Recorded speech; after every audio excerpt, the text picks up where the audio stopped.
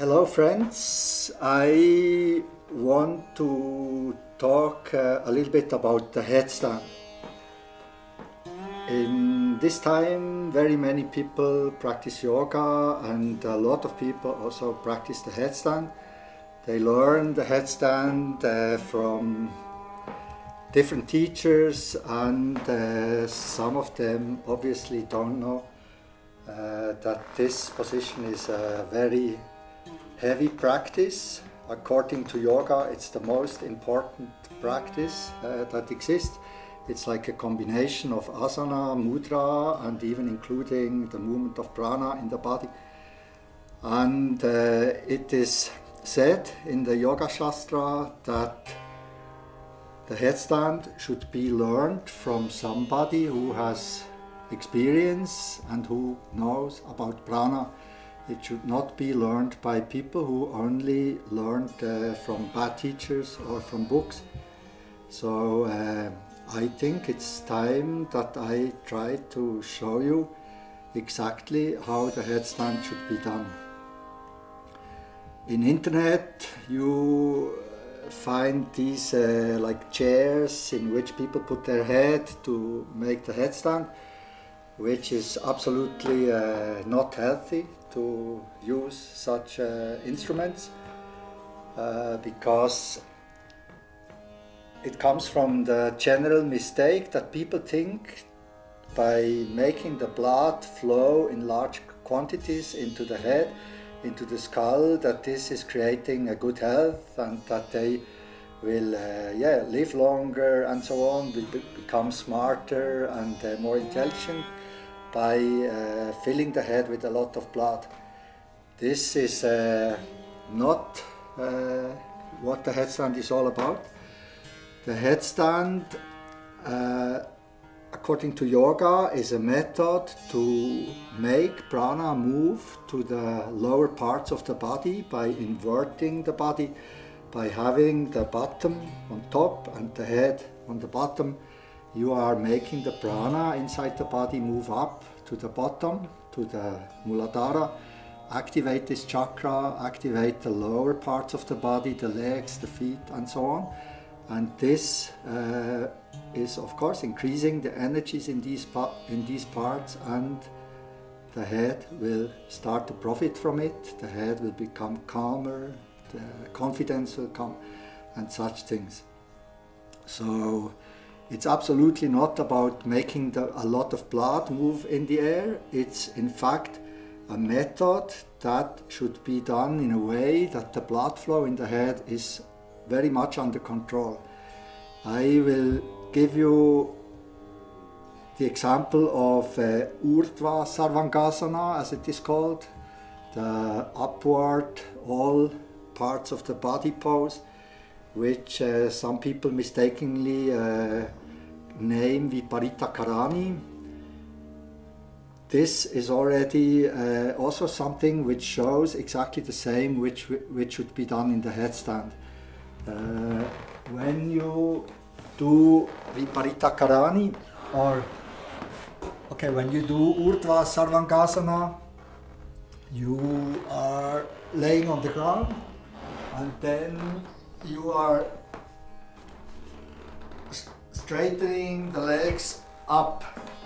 So what I said before, the effect will be that the pranic energy in the body, which is always going up, will enter the bottom and the legs and activate these parts.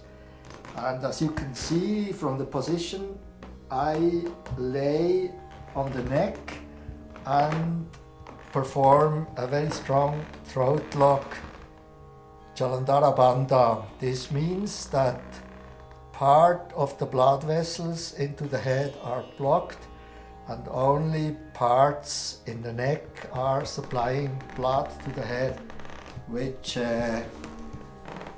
somehow underlines this importance of not making too much blood enter the head because of the capillaries, these very sensitive and very fine blood vessels in the brain, which can be damaged from too much blood. if people hang themselves on their legs and think that they have a good effect on the head, they are completely wrong. After some time, or if they perform such things for a long time on these chairs or hanging down or doing the headstand in the wrong way, they will damage the brain. People will maybe not feel it for a long time, but after some years of such practice, they will have problems, mental problems, they will have physical problems, they will damage the spine in the neck, they will damage the throat, they will have problems with the glands, with the thyroid gland or also other glands, but mostly having a negative effect on the thyroid gland in the throat. So the headstand should never be practiced standing on the Brahmarandra, as it is called, on the top of your skull, the fontanelle, this very sensitive part. This is how most methods, modern methods, teach. Iyengar Yoga, Shivananda, Ashtanga, Vinyasa, and so on. All these people say you have to stand on this part of the head, on the top, and the spine should be completely straight, which is absolutely wrong. You should always stand on the front part of your skull, almost partly on the forehead, where the bone of the skull is thickest. This is the place to stand. And according to yoga, you should use a genduri,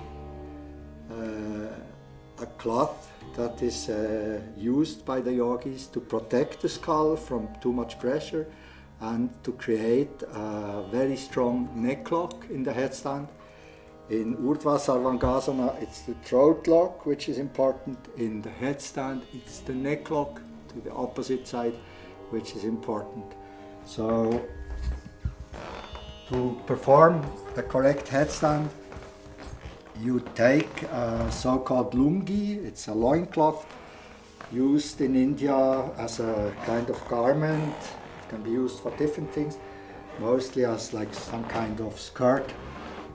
And yogis, they take this lungi and they make a so-called genduri. Genduri is a round folded cloth which the Indian women use to place on the top of their head when they carry heavy pots with milk or water, or workers in construction. They also make genduris, put them on top of their heads when they carry the bricks to the buildings. So the Indian people, they know about the fact that the fontanelle, the Brahmarandra, is a very, very sensitive spot and it can be damaged very easily. And if it's damaged, it will not be so easy to repair anymore. Yeah, mostly resulting in madness, even in mental problems, whatever. Instead of removing fear, the headstand will create fear. Instead of removing physical problems, it will create physical problems.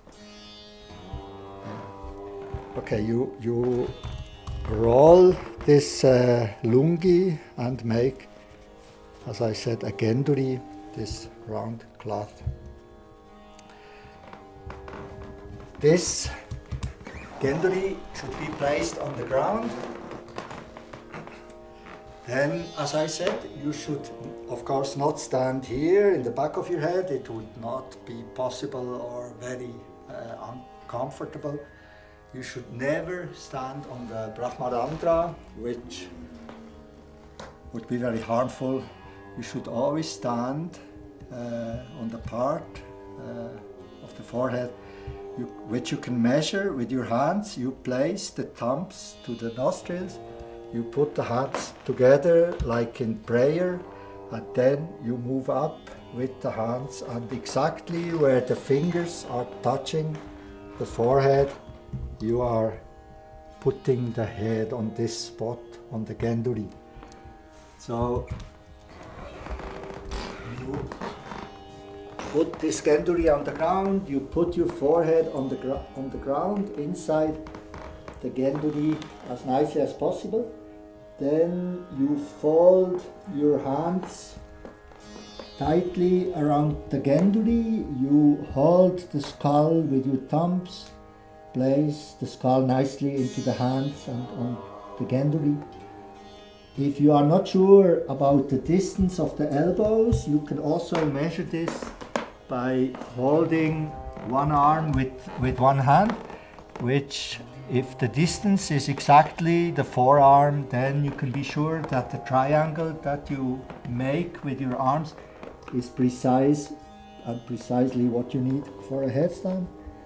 Okay, you put the arms nicely, you put the hands nicely, then you straighten the legs and you start to walk with the feet as close as possible, and then you raise yourself from the ground and slowly you start to push the legs up.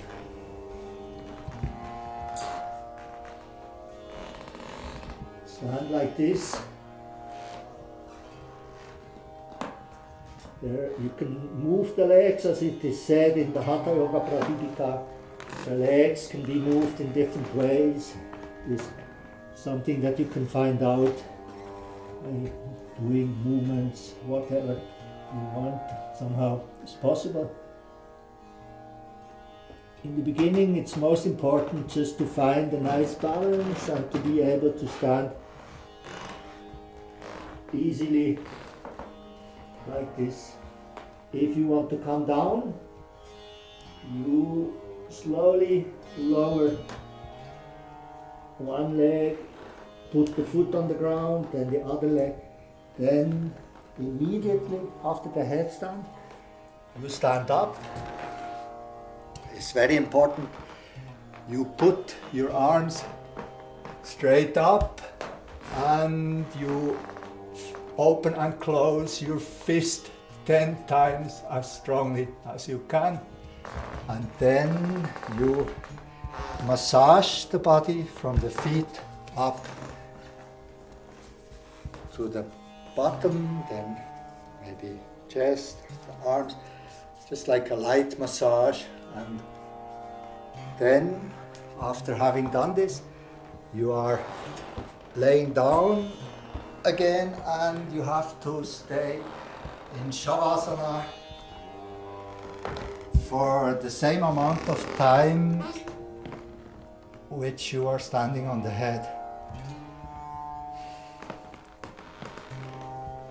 So if you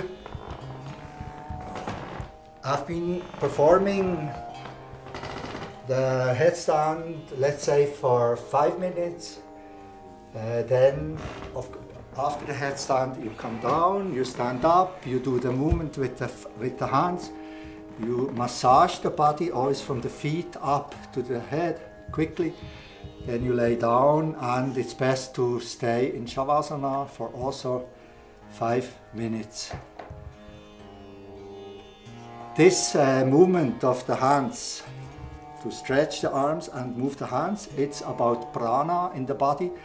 The prana during the headstand, it will fill the lower parts of the body and it will activate Ida and Pingala. It will somehow be stored all over the body, and by stretching you are having an effect on Ida and Pingala Nadi, and by moving the hands you will make the prana be distributed throughout the whole body, and having a very nice supply of pranic energy.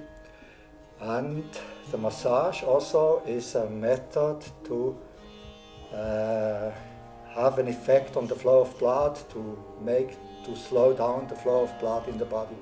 Also, it's about prana. It's always about prana in yoga. Yeah, this is how the headstand should be done. When you are using this genduri, you will see that because of you will be slightly higher, slightly raised from the ground. The neck lock, the pressure in the neck will become very strong. So you should not be afraid of this. It will not create problem in the neck. It will remove problems in neck and head and also problems in the spine. If you feel that your neck is not strong enough to do the headstand properly, to stand with the full weight of the body on this spot in the neck, then you have to do exercises which are designed to practice and to create strength in this neck part of the spine. For instance, Mandukasana, Kurmasana, such exercises which will help to strengthen the neck. Maybe I show just a Mandukasana, that you know what I'm talking about. You sit down on the feet, you clench or you fold your hands, you put the hands to the navel, you take the elbows back, and then you press your chest down, you push your head up, and standing like this, always pressing the chest down as strongly as possible on the legs, and raising the head as much as possible, looking straight forward. You try to remain. This is a method to strengthen the neck. Or Kurmasana, by clenching the fist with thumb inside, pressing the forearms together, pressing the elbows to the navel, again pressing the chest down, raising the head as much as possible, and also remaining like this. These are only two of quite a few exercises which can be learned, of course, from a qualified teacher. And what I just want to say to finish this tutorial about the headstand: be careful from who you learn yoga. Always be aware that yoga has a very deep effect on you. It's not about muscles and bones only, it's about consciousness. It has an effect on your mind, it has an effect on your subconscious mind, and it can create a lot of problems. Many modern people, they have problems because of any kind of practice that they do, following strange teachers, believing that Osho is enlightened and such things, people who talk and talk and talk and pretend to guide the people into paradise, but basically just giving them wrong advice to abuse their body for some kind of not very spiritual benefit. So be careful from who you learn. As it is said in the Yoga Shastra, learn from those people who have a lot of experience and who know about the real yoga, which is about energy, about power, about freedom and such things.